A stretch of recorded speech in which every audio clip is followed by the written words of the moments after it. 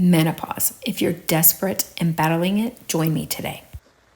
Hi foodies, it's Anna Maria. You guys know I've lost 58 pounds and reversed my menopause symptoms just eating through whole foods and plant-based and incorporating anything soy into my diet. So I have one of our members that has asked me for recipes and what do we eat and how do I eat soy in what different types of meals and recipes. So I thought I would show you guys my staples, my things that I do. You guys can incorporate it however you want. I would start by Googling soy recipes, soy milk recipes, tofu recipes. For those of you that don't like tofu, I say experiment until you find the way that you will tolerate tofu. I didn't love it in the beginning, but because I am convinced that it helped all of my menopause symptoms, I will eat soy every single day, 1 or 2 times a day, and I will never falter from it. If I forget to eat my soy yogurt in the morning, which I'll show you guys in a minute, I still have it in the afternoon, or I have some other forms of soy. I was talking with my sister yesterday, and I was telling her that I thought I was making things up in my head because I had not eaten my soy yogurt chia pudding that I make every single morning, and suddenly I started feeling kind of like a little hot flashy at night, and I was like, this must be in my head. And then I started panicking, going, oh my God, are my symptoms coming back or not? And then I remembered that I hadn't been having my soy yogurt chia pudding consistently. And I had skipped a couple days and I was eating oatmeal and other things. So I went right back to it. Lo and behold, it is my miracle cure. It might not help all of you, but all I can say is it's natural. It doesn't hurt to try. I can debunk all the myths that you think are out there about soy being bad or soy causing cancer. It does not cause cancer. It doesn't give men boobies. It's actually very good for men's prostate cancer prevention, and it's very good for women's cancer prevention. And if you've had cancer, it's very good for women to have a soy in their diet as a future cancer reoccurrence prevention. So as many of you know, my sister is my go-to. She's a physician, so I go to her with all of these concerns, and I kind of just give her the ball and I go, answer my questions when I'm doubtful about something. And then she goes into her research dives if she doesn't have it at her fingertips, which usually she does. And so when I get really doubtful, she digs in even further to give me the information. So I've also found Dr. Christy Funk, which Jane Esselstyn talked about at her lecture that we went to in Lakeland, Florida. And Dr. Christy Funk is a physician that is a breast cancer surgeon. She's a specialist. And she used to tell her patients and wanted to tell her patients, believed that soy was not good for her patients.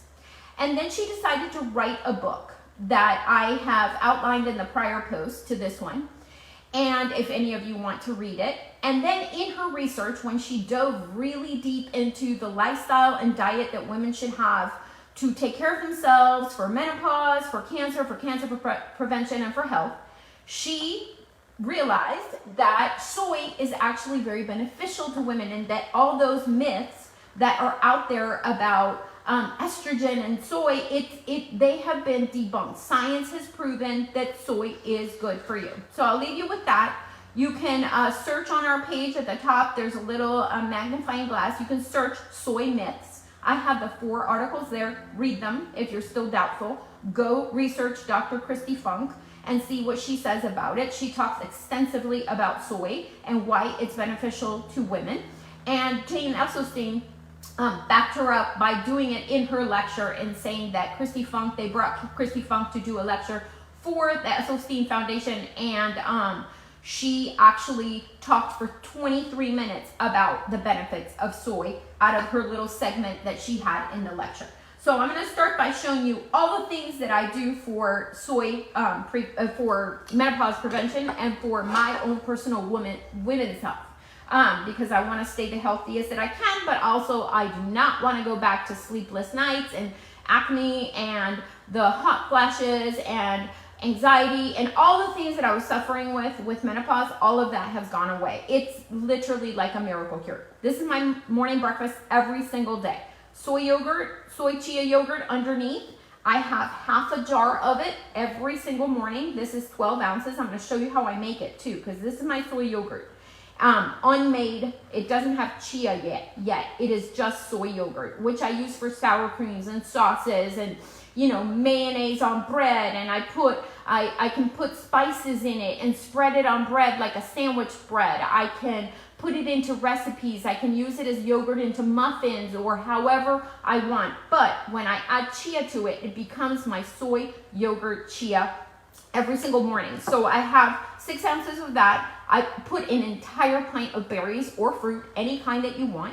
And one of our members said that fresh berries are expensive, so another member suggested, thank you for doing that, several members suggested using frozen berries and letting them thaw, and they're much more inexpensive, and you can get them at all. I've even seen them at the dollar store, and you can get the little packets of the frozen berries.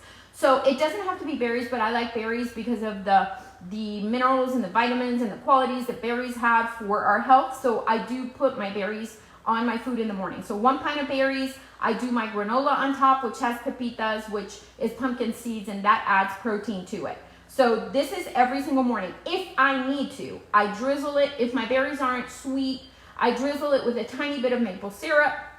One of our members, the one that asked me about all these recipes, so my answer to you is try this soy yogurt chia pudding, because you can drizzle maple syrup until you kind of develop a taste for the tofu, and then over time maybe you won't even notice that you're eating tofu and you get mind over matter. So I drizzle it with a tiny bit of maple syrup or a tiny bit of honey, or my newest favorite way to eat it is with one of the vinegars from one of the companies that makes balsamic vinegars, high quality balsamic vinegars that are without sauce, without salt, oil, or sugars, or any other added ingredients. So I like California balsamic.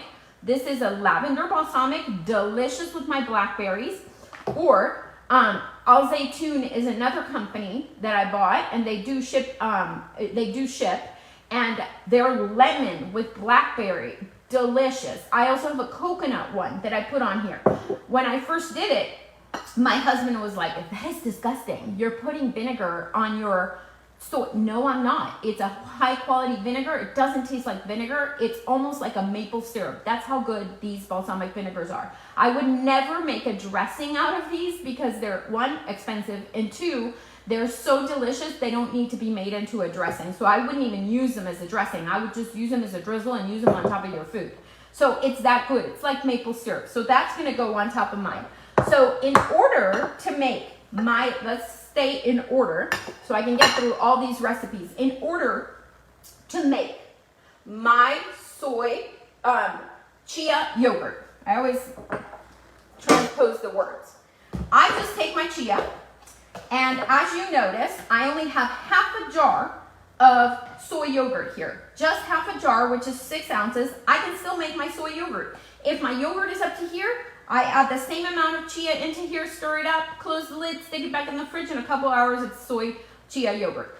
I only have half a jar. It's okay. I'm going to add some extra soy milk to it. It's still going to become soy chia yogurt. And in a couple of hours, I will have, the chia seeds will bloom. So I usually put 3 to 4 in here. And then I just stir it up with a fork, because with a fork, I feel like it goes through the tines of the fork and it stirs it up better. And so I just stir it up, put the lid on it, and I'm gonna stick it in the fridge, and I have my jars of soy. I'm gonna put this in here. I have my soy chia yogurt. Now I'm gonna finish it up with soy milk. I'm using Eden soy, which is a new milk that I found because I couldn't get Amazon to ship me my Westlife quickly enough, and I was too lazy to go to Walmart or any store that had it. So I went ahead and ordered the Eden soy to try it, because the Eden soy is as good as the Westlife because they're both very pure. It only has soybeans and water. This only has soybeans and water. When you're making my soy yogurt, very important that you use one of these two. It cannot be one that has anything else on the ingredients label. If it has salt, sodium, sugar, oils, any preservatives, no, don't use it. So only these two can be used for my soy yogurt. So look, I filled it up to the top. I'm gonna give it another stir. And I'm gonna put my lid on it. I'm gonna throw my, I love cooking because I make a mess in my sink and then I clean it up. It's kind of my thing. I like making a mess because otherwise I'm pretty organized. Although I haven't taken Christmas off, I don't know if you guys have, but here's my soy chia yogurt. So it's gonna go in a row with, never mind, I'm in shorts, I'm in like workout stuff. So I'm gonna put it in my little row of, and see, I actually have to make another batch of my yogurt because normally I have 3 of these in here, and I'm down to my last one. And I'm having my breakfast that I showed you, I'm down to my last one. So tonight I'm gonna set my Instant Pot to make soy yogurt. And I have 3 tablespoons of yogurt here as the culture starter, which is my own yogurt. Or I can use any yogurt to do it. I can use any plant-based yogurt. 3 tablespoons and 1 entire carton of this makes my soy yogurt. 15 to 17 hours in the Instant Pot. So easiest recipe ever. I have it. It's on my Instagram. It's also on this page. It's so easy. I feel bad telling you guys because nobody believes me how easy it is, and if I can get people to make it, they continue to make it. So that's the soy yogurt. We've got my soy chia pudding in there, and the next thing that we're gonna make that I like to keep is gonna be, I'm gonna do the tofu cubes. So Jane Esselstyn makes them a little bit more teriyaki-y, and in their book, Be a Plant-Based Woman, a Warrior, the one that she has written with her mom, they do a sauce that has maple syrup, tamari soy sauce. So tamari is soy sauce. Ooh, I feel like I have to sneeze. Tamari is soy sauce, but it has less sodium. And so you need to, if you find soy sauce and you can't find tamari, just buy soy sauce that has the lowest milligrams of sodium. So I like tamari. I like to put maple syrup in it. I'm gonna try the Jane Esselstyn way and put the tomato paste in it to kind of make it teriyaki-y. So I will usually take, I'm gonna take my plate here. I will take a block of tofu and I will slice it. I've drained it and I've kind of patted it with a paper towel, and then I sliced it down the middle like this. I hope you guys can see, like that. And then I'm gonna do it in strips and cube it. And I'm gonna try and keep them consistent. And then I'm going to mix the ingredients and make the quickest sauce ever. So this all here that we're doing should take us no more than 20 minutes. And I'm making a lot of stuff. It's gonna prep, it's gonna go in the fridge. And that's why I say food prep, don't meal prep. So I've got my cubes here. If you food prep and don't meal prep, you're always gonna have reachable grab and go foods, and you're going to be fine. So I'm gonna eyeball this because I kind of know. So I'm gonna do 2 tablespoons of the maple syrup, and I'm going to do like 1, I'm not gonna make it too sodium-y, 1 tablespoon of the soy sauce and the tamari soy sauce. And then I'm going to put like 1 tablespoon of this tomato paste. Now, you could put also sesame seeds in here. What I like to do is cook the tofu first in the air fryer. And then once I do that, then I will sprinkle it with sesame seeds, toasted sesame seeds, because I don't want the sesame seeds to burn while this is cooking. So, and the other way to do it is you make this sauce, you leave this sauce on the side, and then you coat it once it comes out. You can even heat the sauce a little bit, and then you toss it and coat it with the sesame seeds in the sauce. So it's your preference. Sometimes I don't like my air fryer to get dirty with the sauce and everything, and I don't want to have to clean it. So I just do the tofu and I literally just take the tofu. I'm gonna do half. I have a dual Ninja air fryer, so I'm gonna put half of these in here plain, and then I'm gonna do the other half with the sauce. And normally I do them plain, and then I coat them and put the sesame seeds. Let me go get the other one. So this is my other, I really love my dual because I can do multiple things at once with it. So, whoops, I was gonna do this one in the sauce. So, I got overzealous here. Okay, so I'm gonna toss this one in the sauce. I'm gonna put it in the air fryer, and I'm gonna cook it while it's coated.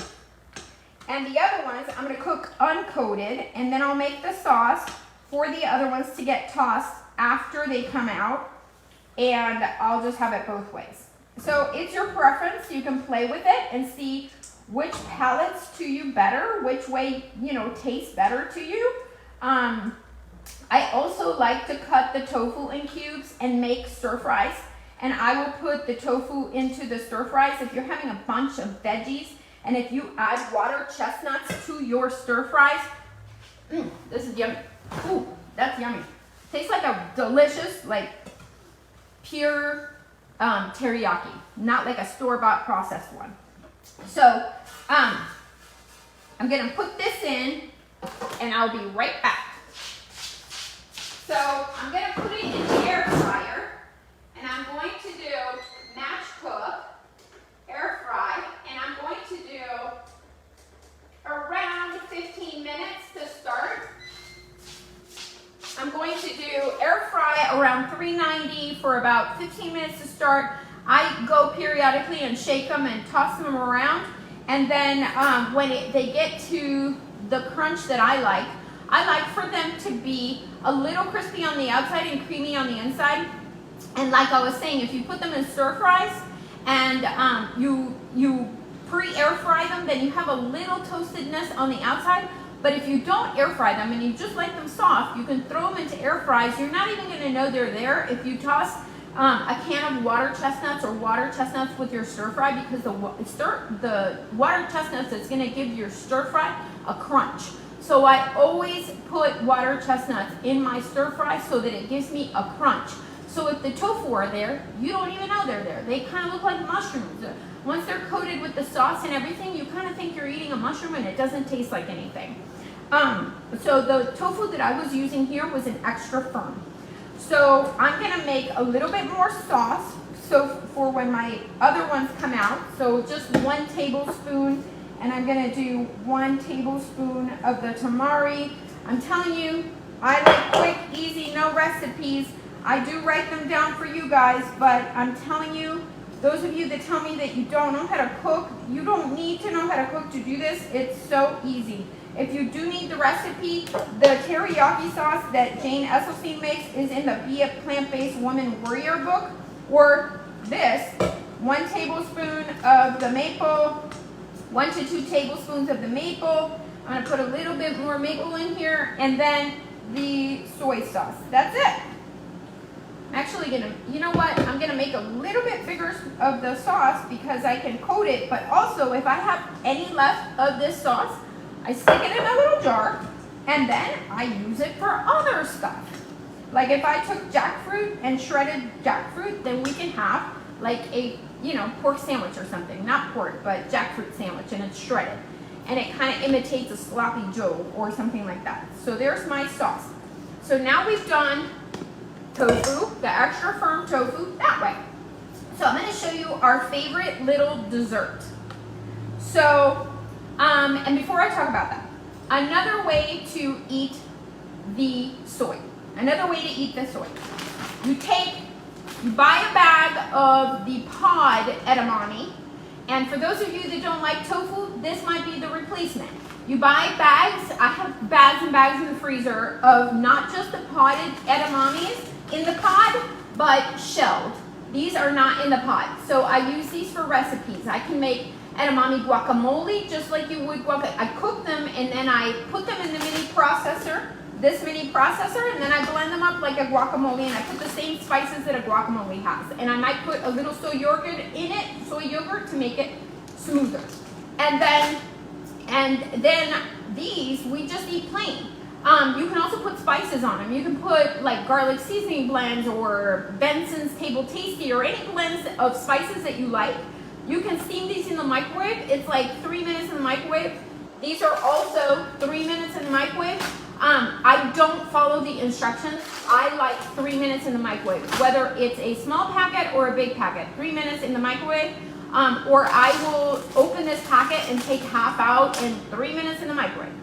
These pods I don't even put water or anything. I just stick them in a bowl and heat them, or I heat them in the bag, which I shouldn't because it's plastic. But here's the potted edamame, same thing. Toss them in spices and steam them in the microwave, or just steam them plain. I like them plain. So this is a great snack to have. It keeps you busy because they're in the pods, so you're chewing, and it's just a great snack in a bowl with nothing else. And if you want to, this can go in salads cold, it can go in pastas warm, it can go in dishes warm, it can go in stir fries. Whenever I'm doing a stir fry, if I don't want to put tofu in it, I put edamame. So that's another way to do it. So I'm going to show you, I'm getting to our favorite one. So my favorite one that I keep in the fridge, and you guys know I like to cook, but I like to cook quick and easy. So I have these little jars, and you can do any little jars that you want. I have these little jars, and then I have tiny little cups like you would drink juice out of. So I take these little jars, and then, oh, and sorry, that had chia in it. It's not dirty. It just had chia because I put the fork in it. Here's my little jars like you would drink juice out of, and these have a little lid. I keep these in the fridge in a row. Right now I have 6 of them. We've already gone through some of them. You could eat this for breakfast or for dessert. We've been eating it for dessert, but you could eat this for breakfast because this is silken tofu, and you take a container of silken. It has to say silken. If not, you're gonna end up with this crumbly tofu dessert that you're gonna hate. So there is such a thing as silken tofu, and silken means that it is gonna be completely smooth. They have made the tofu to where it's very smooth. So no matter what application or recipe or whatever that you use, you're gonna get a very smooth creaminess out of it. So I usually take the block of silken tofu, extra firm or firm. I don't like to get too soft because then my pudding is gonna be too soft.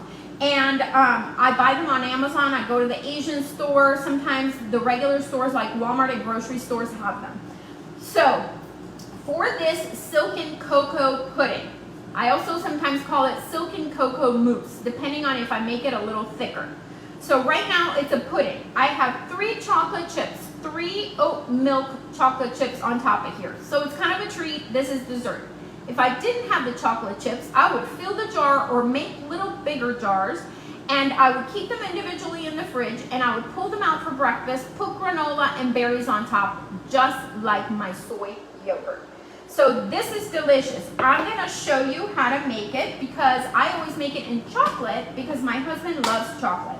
This is just 3 ingredients. Maple syrup, the silken tofu, blended in a processor with cocoa. That's it. You put enough cocoa in and you taste it until it tastes like chocolate to you. So there's no recipe to it. It's just a block of silken extra firm tofu, the cocoa, I use about 2 to 3 tablespoons, and the maple syrup. And I like to use a maple syrup that's not too strong, so that it's not so overpowering for the chocolate pudding, but maybe you like it more overpowering, so you could use an amber. So this is delicious. So, but I'm gonna make it in vanilla because in like a vanilla honey, no, actually I'm gonna make it in coconut flavor. So this time what I did is I took the silken extra firm tofu and I put it in a bowl last night, took it out of the container, drained the water. And to make the silken coconut pudding for breakfast or dessert, I drained it in a towel because I want to get a little bit more thickness to it.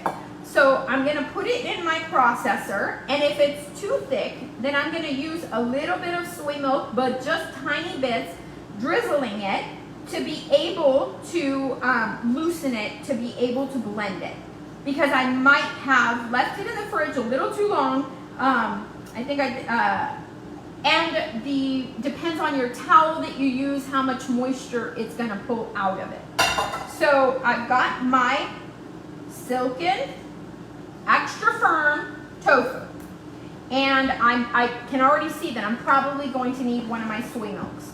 So I'm gonna put coconut, again, no measuring. So I'm gonna put coconut extract, probably, yep, like 1.5 to 2 teaspoons. And then I'm going to use honey. So about 1.5. So you can use, I would use a light honey. So not a darker honey, because I just kind of want a cleaner flavor of the coconut. So let me see if I did this. Yep, okay. So I'm gonna blend it until I see that it's pudding smooth. And I'm sorry, we have a lot of noises going on here because I'm also cooking chickpeas. And you see, I don't know at how many minutes we are so far, but you can see that here in just a couple minutes, I've been able to prep a bunch of stuff, and all of that can go in the fridge to pull, grab, and go. So I'm gonna put a tiny bit, and I'm gonna start with a tiny bit of the milk, and I'm gonna keep this blending going until it looks like a smooth pudding. And then I'm gonna taste it and make sure that I don't have to adjust the flavor.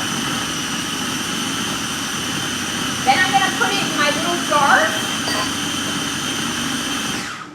And I don't have special little lids like this one has, so I'll just put a little saran wrap on top or the little rubber things on here to hold it, and I will stick them in the fridge, and I will have a little deliciousness for breakfast that I can put granola and berries on, or I can use it as dessert.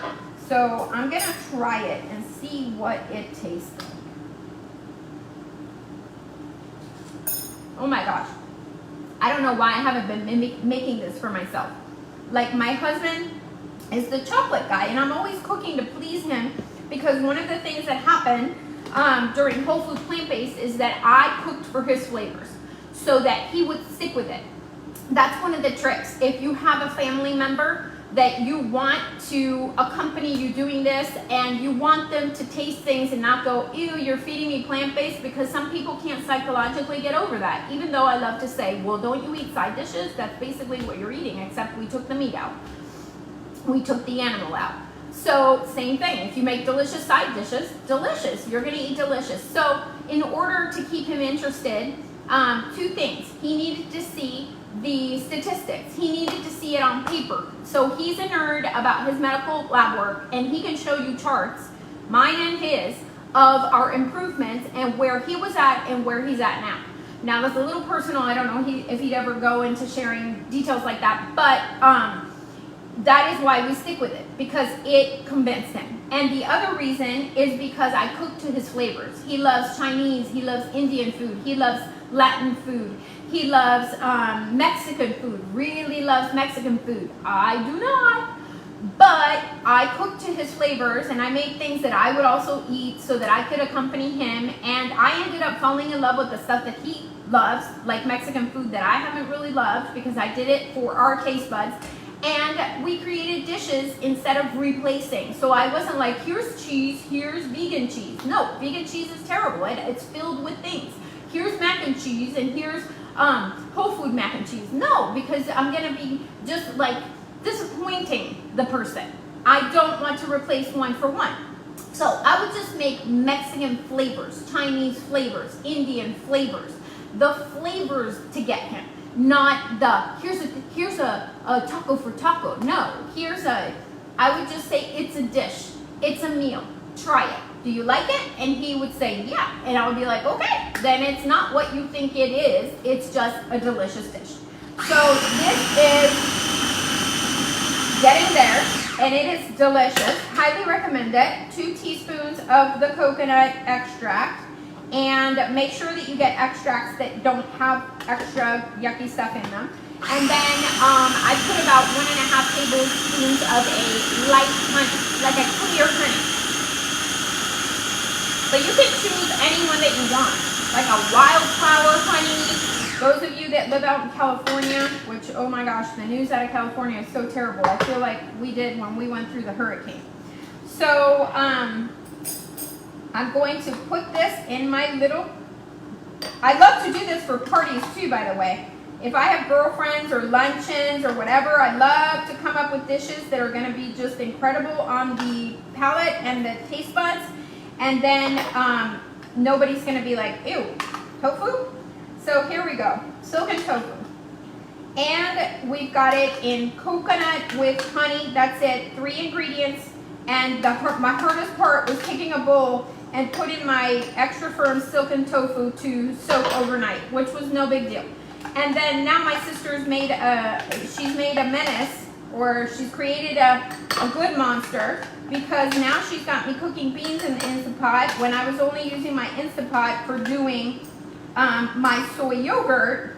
And she was like, but you could use your Instant Pot for so much more. And I was so resistant because I'm one of those cooks that tastes and goes as she cooks, and the Instant Pot is closed and I can't taste what I'm doing in there. And she said, okay, then don't flavor your food when you use the Instant Pot, but at least don't buy cans. Don't hunt all the grocery stores looking for cans that only have black beans and water.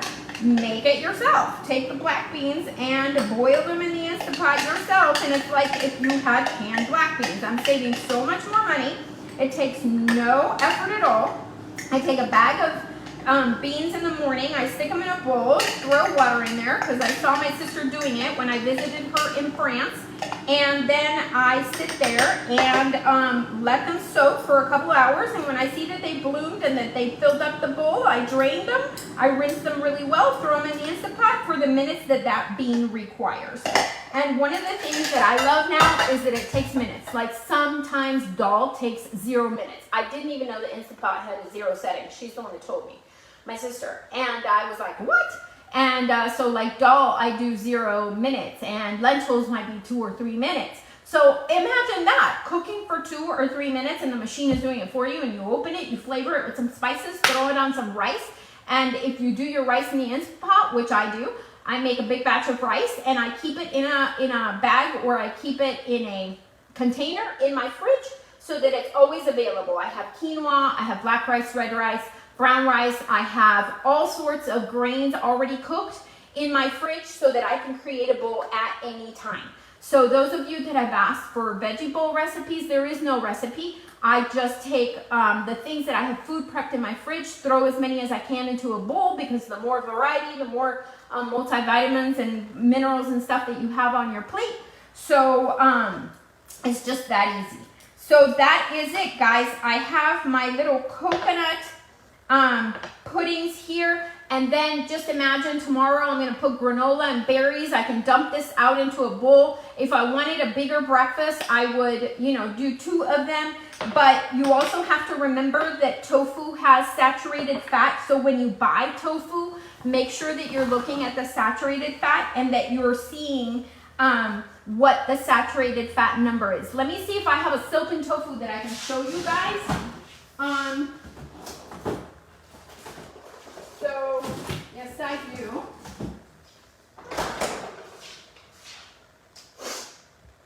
So, this silken tofu has 0 saturated fat. And actually, silken tofu is one of the lowest in saturated fat. The firmer you go, usually they have more saturated fat. So I like to pick the one with the least saturated fat and pay attention, but it's still going to be very good for you. So this is going to be just the silken tofu. This is what it looks like. It comes just like the other tofu, but it's going to say silken. And if you can find it saying extra firm or firm, then that's even better. So that's kind of what I use for these. So this one, this whole packet is what I made here. And the serving size, it says, let's see, 5 servings per container. So this as much as I put a little bit more than a serving per person because it'll just be 3. But this is going to be then great for a breakfast, even though it's not a big bowl like my soy yogurt, because it already has, it's less quantity, but you're getting more power punch into it. So then I just have to eat this, put my granola on it, and I might put berries on it. And if I want to put a whole pint of berries, then I'm going to dump it out in the bowl, put the whole pint of berries, and then put my granola on it. So, and it's going to keep you full. The tofu is going to satiate you. So I am going to let you guys go. I think I covered all of the tofu and edamame and things that you guys could have. I think I'm going to do a little bit of the lavender today, the lavender vinegar, and or maybe half, like half one flavor and half the other. So all it takes is a tiny little drizzle. And so I'm going to do this side with it. The other reason why I got these vinegars is because I can use maybe a little bit more liberally than the maple syrup, because the maple syrup, you should be mindful of using it. So now I can just sweeten my stuff without having to be like, well, should I really be using that? So, and it only takes just a tiny, tiny little bit. So the maple syrup is okay to use, but remember Dr. Esselstyn says be very mindful with it. You don't want to overdo it. So there we go. That is it. That is my soy yogurt for breakfast. I put one vinegar that was lemon on it, and then the other one is lavender balsamic, I think. Lavender balsamic, white balsamic. So that is it. I'll leave you guys. Food is medicine. Thank you for joining me today.